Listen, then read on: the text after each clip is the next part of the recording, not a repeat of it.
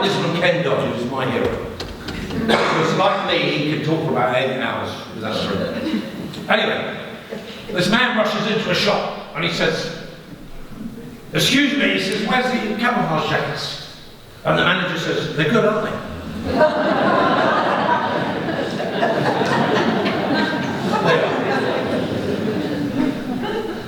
So anyway, I went through all this thing, and then Her Majesty rescued me. And I could, God bless Her Majesty.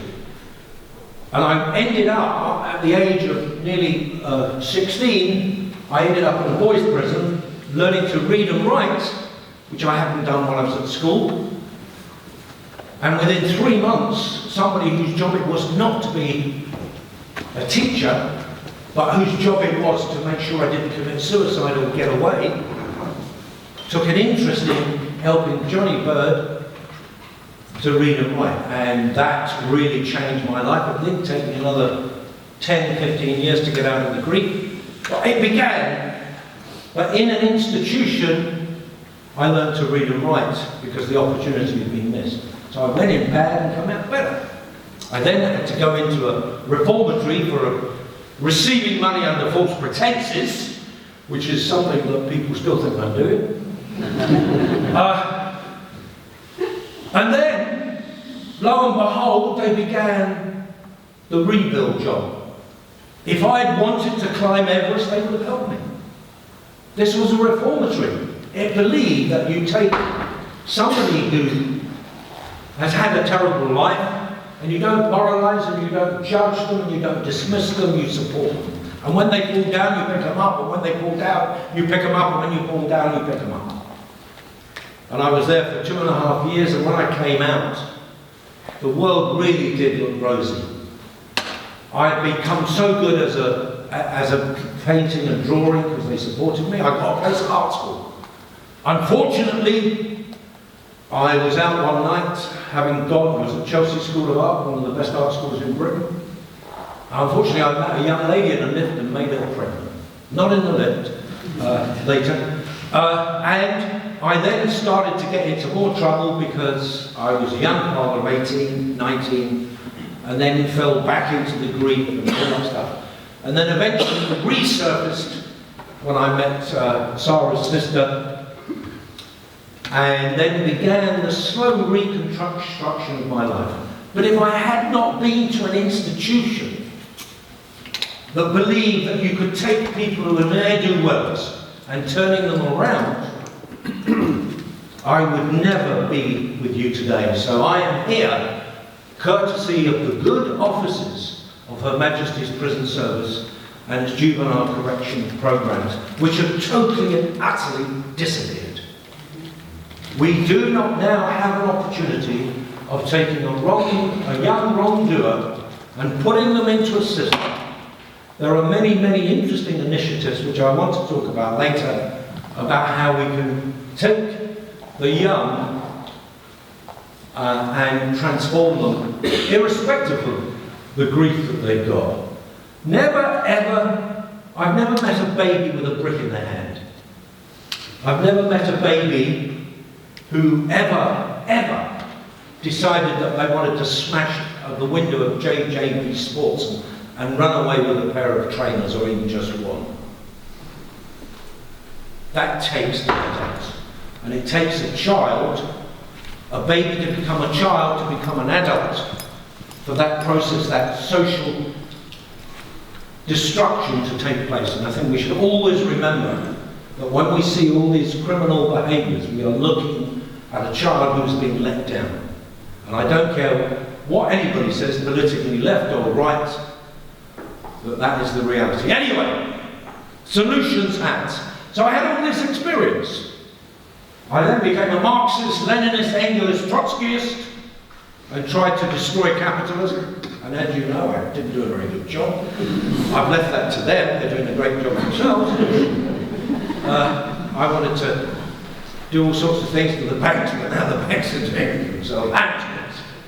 So I went through all that as well.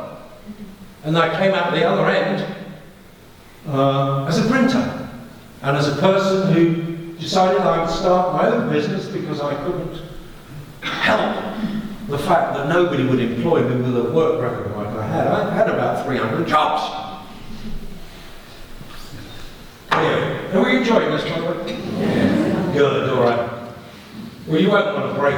Should we just go straight through and forget all about the fundraising? Or shall I just come round and get the money from you now? So CAB is an absolutely fantastic organisation. Look at you. Look at you. You're from all social classes. All this. There's some posh here, there's some unposh, there's some soon-to-be posh and some ex-posh. You know, you're all mixed up. It's lovely. That's the most beautiful thing about the Citizens Advice Bureau, because it really does bring the community together. We've just got to make it in the coming years to even get more and more involved in the community, because the problems of dislocated communities are moving mainstream. Anyway, in 1987, I was now into my second family, and I was with my son Paddy Jack, named after a horse that fell at the first fence on the Grand National. But it was a mate of mine's horse, and I thought, well, poor old guy, I'll name my first son after the horse. So Paddy Jack became my mate's horse and my son. And Paddy Jack and I, he was about 8 or he was about 10 at the time, 12. We were sitting watching the TV, and there was this company called Mates, which, as you know, was a condom company for you know, socially and environmental condom company, and it was being started by Richard Branson, who at one stage I worked for, selling magazines on the streets, and somebody called Anita Roddick, who had started the Body Shop. And beside her was a big-nosed Scotsman who had shaved his beard up so his nose looked even bigger, who I'd known when I was 21, hiding from the police in Scotland. And lo and behold, this terribly big-nosed Scotsman, and I at the time had a nose like that. I had it rebuilt. I had some. I thought I had to look more middle class because people wouldn't let me in even. They wouldn't even let me into cabs. So get out, you're in trouble. And I'd had my nose rebuilt just after I met him, but he had a nose like that, and I had a nose like that, and we fell into conversation. In 21, when I was 21, in 1967, we became great mates. I didn't see him for 20 years, and there he was on the telly. And not only was he on the telly, he was a multi-millionaire. A multi-millionaire. And you know what I think you've got to remember? You have to have your principles. When you meet somebody who's got a shed load of money, you've got to have your principles. And the first principle is stick to them. Tell them what they want to hear. If they produce poetry, it is much better than Robert Burns. Tell them whatever you want to tell them, but stick to them. Because people with money make change. And it's so interesting, it was just an aside, if you actually don't get the blessing of somebody with a shed load of money, a 1%er, it's very difficult to bring about big changes like the big issue. Anyway, I saw this guy on the telly, I went to see him, he remembered me. In the year 1990, a few years after we'd met, we hadn't really done anything together. And then in 1990, Gordon Roddick, half founder of the Body Shop, was in New York. He saw a guy selling a street paper. This big black guy walked towards him. He said it was like a cupboard walking towards him. And he thought the guy was going to rob him. And the guy said, "Excuse me, brother, would you like to buy a copy of my street paper?" And Gordon said, "Yeah, how much is it?" He says, "It's $1." He said, "How does it work?" He said, "Well, I buy it for 50 cents and I sell it for $1. And I keep the difference, and I've just come out of a penitentiary and I'm 54, I'm a black guy, and if I go back in, they'll throw the key away. And I now live in Queens and I'm living a rooming house and all this stuff." And Gordon said, "So you're working your way out of poverty?" He said, "Yeah." He said, "Yeah, because if I go back to Brownsville, where I come from, I'll get into trouble." So the guy had sussed 54 was the age to make the change. But you can't make the change if you went to one of the projects that he could have gone to where he would have been given his food, given a little bit of money and given somewhere to stay, and he'd have been surrounded by homeless people and people out of the prison service, and he would have probably sat in that slightly, well, comfortable, somebody would have been holding his hand as Paul. Now, he decided that he had to do his own thing, and he had to reconnect with his children, so he sold a paper. And what it meant also, interestingly, Gordon said, "But you're smoking." He said, "Yeah, I smoke." He says, "I drink." He says, "I take drugs." And he said, "But you're selling this paper?" He said, "Yeah." He said, "The difference between now is when I wanted to get drugs before, I had to rob some old lady.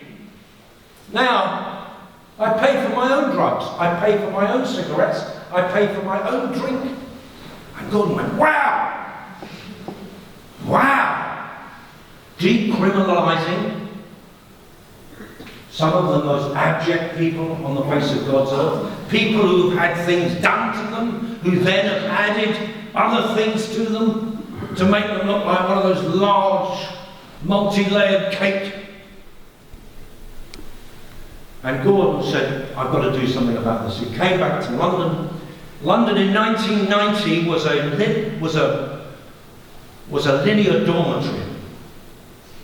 You went along the Strand, you went around Waterloo, you went to Victoria. There were thousands of homeless people sleeping in the streets, thousands. The Strand and the Old Witch was full of them. The Bullring down at Waterloo, Lincoln's Inn Field, thousands of homeless people, magnated, drawn to London from everywhere but London. Scotch people and Irish people and people from Stroud who had had some problem and wandered off to London. So London was this kettle of disaffection, and the government was getting very worried, and the Evening Standard was getting very worried, and as you know, the Daily Mail was very worried. And as you know, not long as the Daily Mail is worried, they'll always be in England. Anyway, shouldn't say that.